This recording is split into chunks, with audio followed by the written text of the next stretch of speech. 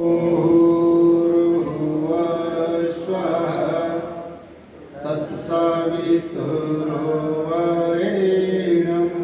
भर्गो देवस्य धीमहि धियो यो नः प्रचोदयात्। ओम शांति शांति शांति। सबसे पहले परम पिता परमात्मा का धन्यवाद करें जिसने आज का दिन सुदिन अच्छे दिन के रूप में हमको दिया है। उन ऋषियों को कोटि कोटि नमन जिन्होंने ये वेद का पवित्र ज्ञान हमको दिया भोग अपवर्ग के लिए। आज से ठीक 201 वर्ष पूर्व टंकारा की पवित्र धरती पर जन्मे मूल शंकर के रूप में आगे चलकर महर्षि दयानंद के नाम से जाने गए उस ऋषि को भी कोटि कोटि नमन जिन्होंने आर्य समाज की स्थापना करी। इस पवित्र आर्य समाज धौलपुर के सभी कार्यकर्ता, इस यज्ञशाला में विराजमान सभी भद्र पुरुषों, पूजा के योग मात्र शक्ति, वंदनीय सन्यासी, वानप्रस्थ, युवा साथी और प्यारे बच्चों, अभी आप सुबह से यज्ञ के माध्यम से और प्रवचनों के माध्यम से उन बातों को सुन रहे हैं जो हमारे जीवन का उत्थान करती हैं, हमारे जीवन का विकास करती हैं। आए मिलकर हम केवल सुनकर ना रह जाएं, इसके लिए महर्षि दयानंद की जो मान्यताएं थी, आर्य समाज की जो मान्यताएं थी, आर्य समाज की जो नियम थे, आर्य समाज की जो मुख्य आधारशिला है वो है ईश्वर को जानना। आर्य समाज की मान्यताओं में सबसे पहले कि ईश्वर क्या है, वो प्यारा प्रभु परमात्मा जिसके इस कार्य को देखकर, सृष्टि को देखकर, इस सारे ब्रह्मांड को देखकर पता चलता है कि इसका कोई न कोई निर्माता अवश्य होगा। कार्य को देखकर पता चलता है कि इसका कोई न कोई कारण भी होगा। तो आए मिलकर उस प्यारे प्रभु परमात्मा जिसका नाम सच्चिदानंद के नाम से भी जाना जाता है, वो स्वयं प्रकाश, सर्वत्र निवास करने वाला, वो निराकार निर्विकार, वो सर्वेश्वर, सर्वज्ञ, सर्वशक्तिमान, अजर अमर अविनाशी, अखंड अभेद अभय, शुद्ध बुद्ध मुक्त, अनादि अनंत अनुपम है। सृष्टि की रचना करने वाला, सृष्टि का पालन करने वाला, सृष्टि का संहार करने वाला और हमारे किए हुए कर्मों का फल देने वाला और हर क्षण हमें वेद का पवित्र ज्ञान देने वाला ऐसा प्यारा प्रभु परमात्मा जो सारे संसार को बना रहा है और हम देख रहे हैं। और आर्य समाज के ऊपर सबसे बड़ा आरोप भी यही लग रहा है कि वो ईश्वर को नहीं मानते हैं। उन लोगों से मेरा प्रश्न है कि ईश्वर कैसा है आपकी दृष्टि में? तो मेरा आप लोगों से भी प्रश्न है कि बनने वाला बड़ा होता है या बनाने वाला बड़ा होता है? हाँ जी, उत्तर दें। बनने वाला बड़ा होता है या बनाने वाला बड़ा होता है? जोर से बोले, मुझे सुनाई नहीं दे रहा है। बनाने वाला बड़ा होता है। इस सारे ब्रह्मांड को हमने बनाया है, हमारे दादा ने बनाया है, हमारे ऋषि महर्षियों ने बनाया है, राजा महाराजाओं ने बनाया है। बताओ किसी ने बनाया हो? राम कृष्ण ने बनाया हो? बोलो जी, बनाया है क्या? नहीं बनाया है। तो बनाने वाला कोई न कोई है। तो क्या आर्य समाज उसको नहीं मानता है? आर्य समाज के पहले नियम में ही और दूसरे नियम की ये सारी बातें ऋषि ने खोल कर रख दी, लेकिन जो आर्य सिद्धांत को जानते हुए भी मानने के लिए तैयार नहीं है, हठ दुराग्रह के कारण वही लोग आरोप लगाते हैं कि आर्य समाज ईश्वर को नहीं मानता है। आर्य समाज सच्चे मायने में ईश्वर का भक्त है, ईश्वर का उपासक है।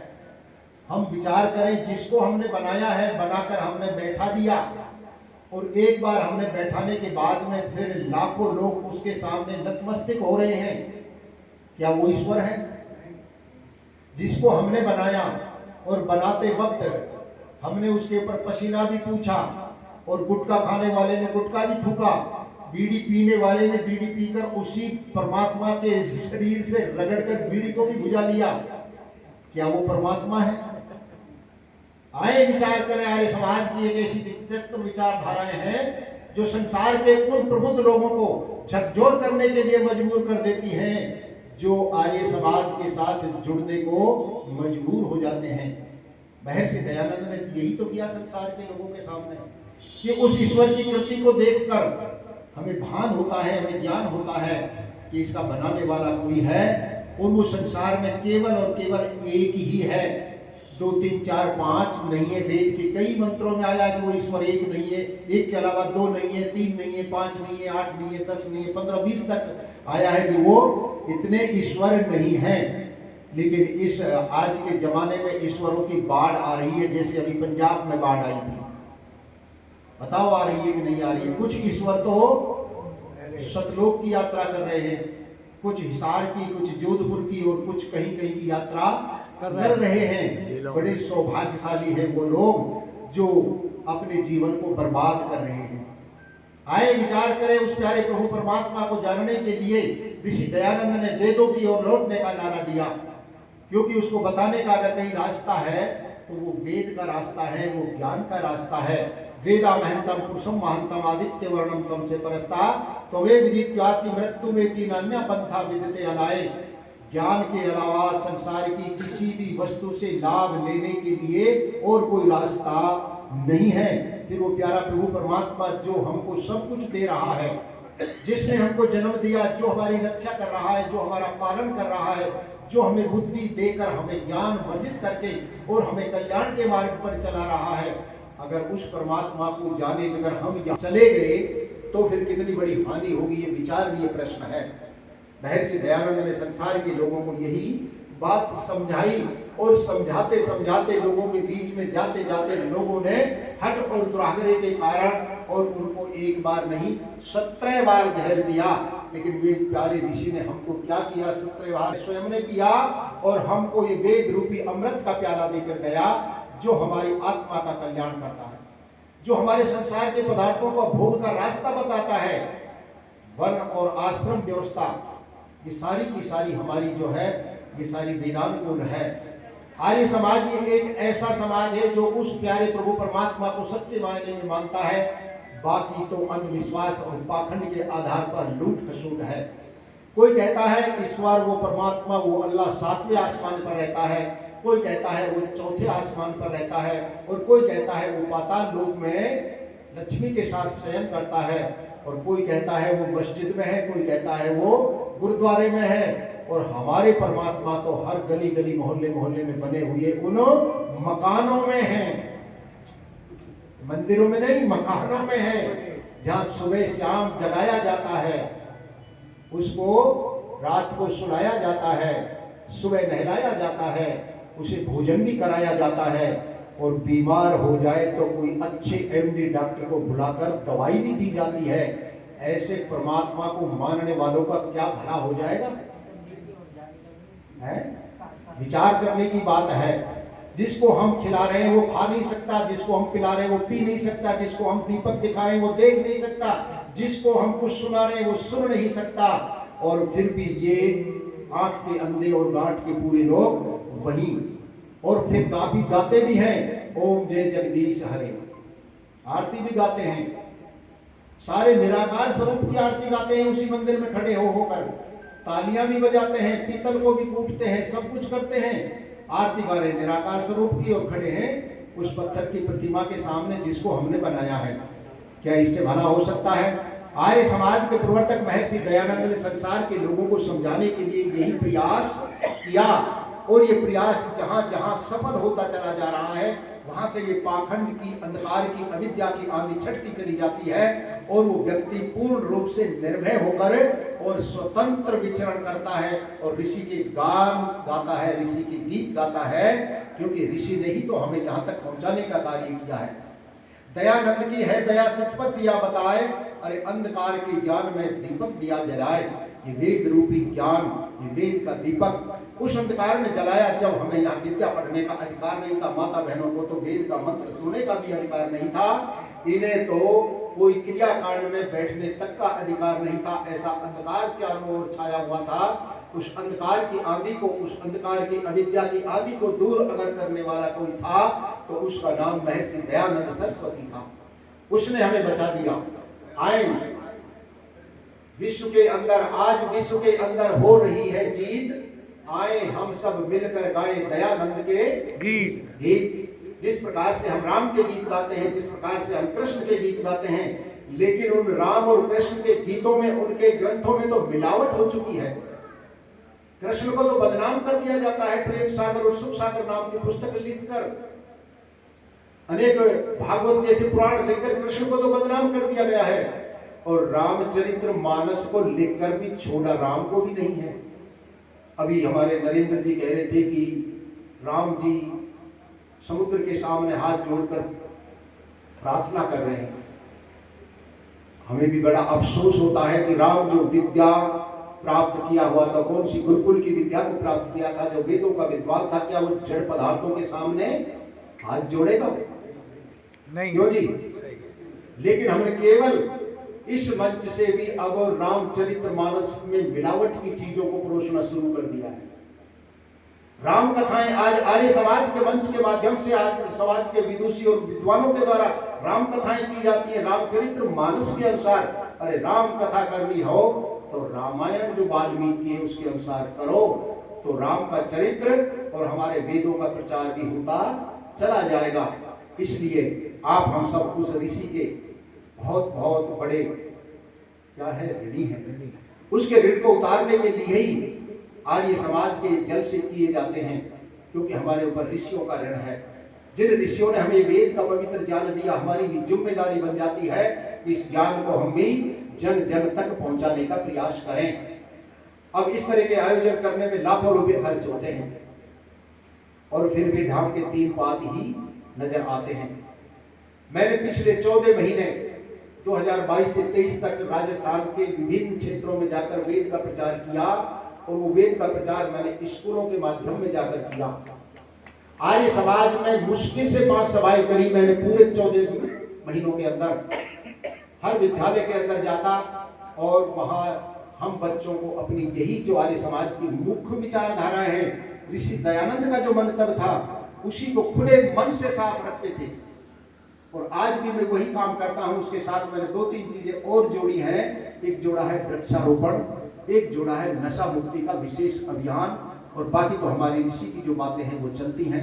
आए मिलकर, हमको अगर सच्चे माने में ऋषि का भक्त बनना है, ऋषि के द्वारा जो हमको आयोजन किया गया है, ऋषि के द्वारा जो हमको उपदेश दिया गया है, उसको जन जन तक पहुंचाने के लिए हमें संगठित रूप में एक ही विद्यालय में कम से कम 500 विद्यार्थी मिल जाते हैं। हम 3 विद्यालयों में भी चलेंगे तो एक दिन में 1500 लोगों के बीच में हमने अपने आर्य सिद्धांत और वेद के सिद्धांत और आर्य समाज की विचारधारा का प्रचार प्रसार कर दिया। इस काम को करेगा कौन? क्या आप गृहस्थी लोग करोगे? आपके ऊपर जिम्मेदारी है। आप तो अपने पंच महायज्ञों को करोगे, वही बड़ा काम है। इस काम के लिए बैठे हैं मेरे साथी लाल पीले कपड़े पहने वाले। ये अगर करना चाहे तो राजस्थान में 5-6 रथ खड़े हैं, लेकिन कोई तैयार नहीं होता है, कोई तैयार नहीं होता है। आए मिलकर, हमको अगर ज्यादा भी नहीं तो अपने अपने क्षेत्र में आर्य समाज का प्रचार करें, जहां से वो अंधकार तो दूर हो। हम दूसरे की हवेली में प्रकाश नहीं कर सकते तो अपने मकान में तो एक दीपक जलाकर प्रकाश करके सुरक्षित और रह सकते हैं। इसलिए आप हम सब लोगों की जिम्मेदारी बनती है। इन लोगों ने तो हमको प्रोत्साहित किया है, काम हमारा था इन लोगों को, गृहस्थियों को प्रोत्साहित करने का। उल्टे गृहस्थी हमको कह रहे हैं, लेकिन हमारे कानों के ऊपर भी जुआ नहीं रह रही है। अभी देखना, कल तक यहाँ कितनी हमारे साथियों की भीड़ लग जाएगी, और जब उनसे कहेंगे कि चलो प्रचार के लिए इन गली मोहल्लों में आज थोड़ा सा ऋषि दयानंद के नारे लगाकर आए, कोई तैयार नहीं होगा। 9 बजे तक सोने के लिए, रजाई ओढ़ने के लिए तो यहाँ आ चुके हैं लोग, मंच पर बैठे बैठे सोते हैं लोग। क्या होगा? क्या उम्मीद की जा सकती है? विचार करना है। सारा संसार देख रहा है, हमारी तरफ देख रहा है कि आर्य समाज क्या विचारधारा लेकर पैदा हुआ था। कौन सी विचारधारा? संसार का कल्याण करना आर्य समाज का मुख्य उद्देश्य था। क्या आज हम संसार का कल्याण कर रहे हैं? विचार करने की बात है। सत्य को ग्रहण करना और असत्य को छोड़ना आर्य समाज के नियमों में है। परमात्मा को जानना पहली बात है। संसार के सारे भौतिक पदार्थ हो, चाहे आध्यात्मिक ज्ञान से, जिनका मूल आदि परमेश्वर है, क्या हमने उसको जानना? अगर हमने खेत को जाना, खलिहान को जाना, दुकान को जाना, मकान को जाना, रिश्तेदार को जाना, बाप को जाना, बेटे को जाना, पत्नी को जाना, सब कुछ जान लिया, उस ईश्वर को नहीं जाना तो जाते वक्त सब बेजाना हो जाएगा।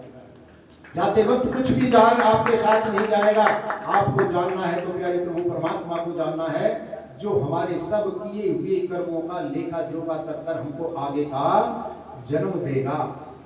आयु, जाति और भोग हमको कहां से मिलता है? अब जो चल रहा है हमारा वर्तमान, यही तय करेगा कि हमारा भविष्य क्या होगा। इसलिए हमें उपनिषदों का भी, हमें दर्शनों का भी, वेदों का भी सब कुछ ज्ञान करते हुए और अपने जीवन को आगे बढ़ाना है। मैं तो सब लोगों से हृदय की गहराई से यही कामना करता हूं कि जो इस मार्ग पर चलने से मुझे सुख मिला है, वो सब आप लोगों को भी सुख की प्राप्ति हो, क्योंकि सुख बढ़ जाता जब वह बढ़ जाता, सुख बढ़ जाता जब वह बढ़ जाता, और दुख घट जाता जब वह बढ़ जाता। तो सुख को जितना है उतना बांटते चले जाओ, सुख बढ़ता चला जाएगा। इसी प्रकार से ये विद्या है, कौन सी? वेद की विद्या, पवित्र विद्या, संसार के कल्याण की विद्या, जिसकी माँ सरस्वती है। हम इस विद्या का भी प्रचार प्रसार करें। क्यों? सरस्वती के भंडार की बड़ी अपूर्व बात, जो खर्चे त्यों तो बढ़े, बिन खर्चे घट जात। हमें एक महीना कहीं कोई मंच पर मत बुलाओ, आधा सा ज्ञान साफ हो जाएगा। अब हम बुलाने के इंतजार नहीं करते, हम तो ले अपनी गाड़ी और स्कूल में धमक जाते हैं, 4 पौधे रख के ले जाते हैं। कोई भी वृक्षारोपण के लिए मना नहीं करता है। जब वृक्षारोपण कर लिया तो उनको श्रद्धा पैदा होगी, फिर बच्चों को बैठवा देते हैं और अपना आधे घंटे में ऋषि की बात, वेद की बात, आर्य समाज की सिद्धांत की बात करते हैं, और इसी से हमारे समाज को गति मिलेगी। आए सब मिलकर हम इस गति में सहयोग करते हुए चले जाएं। यही आप हम सब लोगों का एक मंतव्य होना चाहिए। किसी भी तरह से, जैसे बहन जी ने बताया कि हम ही घर जा रहे हैं, जाना पड़ेगा, अन्यथा अविद्या छा जाएगी, पाखंड फैल जाएगा। घर में झाड़ू मत लगाओ, कूड़ा करकट जो है वो इकट्ठा होकर हमें ही दूषित कर देगा, हमें रोगी कर देगा। संसार को शुद्ध श्रेष्ठ उत्तम बनाना है तो हमें जाना पड़ेगा, और निर्भीकता से जाना पड़ेगा, निर्लोभता से जाना पड़ेगा, निष्काम भावना से जाना पड़ेगा। तब जाकर राष्ट्र की रक्षा होगी, धर्म संस्कृति की रक्षा होगी, हमारे संस्कारों की रक्षा होगी, और उत्तम संतान का निर्माण भी तभी हो पाएगा। बिना संतान के ये सारे के सारे आयाम बेकार हैं। इसलिए संतान निर्माण की बड़ी आवश्यकता है, मानव निर्माण की बड़ी आवश्यकता है। तो हम जाएंगे और सब चलेंगे। मैं बहन जी का कोटि कोटि नमन करता हूं कि आपने ये जो अभियान चला रखा है, ऐसा कई जगह है। इस गंगापुर में है, महिलाएं बहुत जुड़ी हुई हैं। आपके भी यहाँ मैं कई बार गया हूँ तो मैंने देखा महिलाओं का अच्छा सहयोग है। इसलिए महिला जो है हमारे समाज की क्या है, एक धुरी है जिसके ऊपर सारा समाज घूमता है। आए हम सब ऐसे जो कार्य कर रहे हैं उनका सहयोग करें, उनका हौसला बुलंद करें, और अपने जीवन को भी जितनी सामर्थ्य है, जितनी योग्यता है, तन से, मन से, धन से आर्य समाज के प्रचार प्रसार में लगाएं, वेद विद्या के प्रचार प्रसार में लगाएं। तभी हमारे जीवन में सुख शांति और निर्भयता आएगी। आप सब लोगों का कोटि कोटि नमन करते हुए अपनी वाणी को विराम। ओम शांति।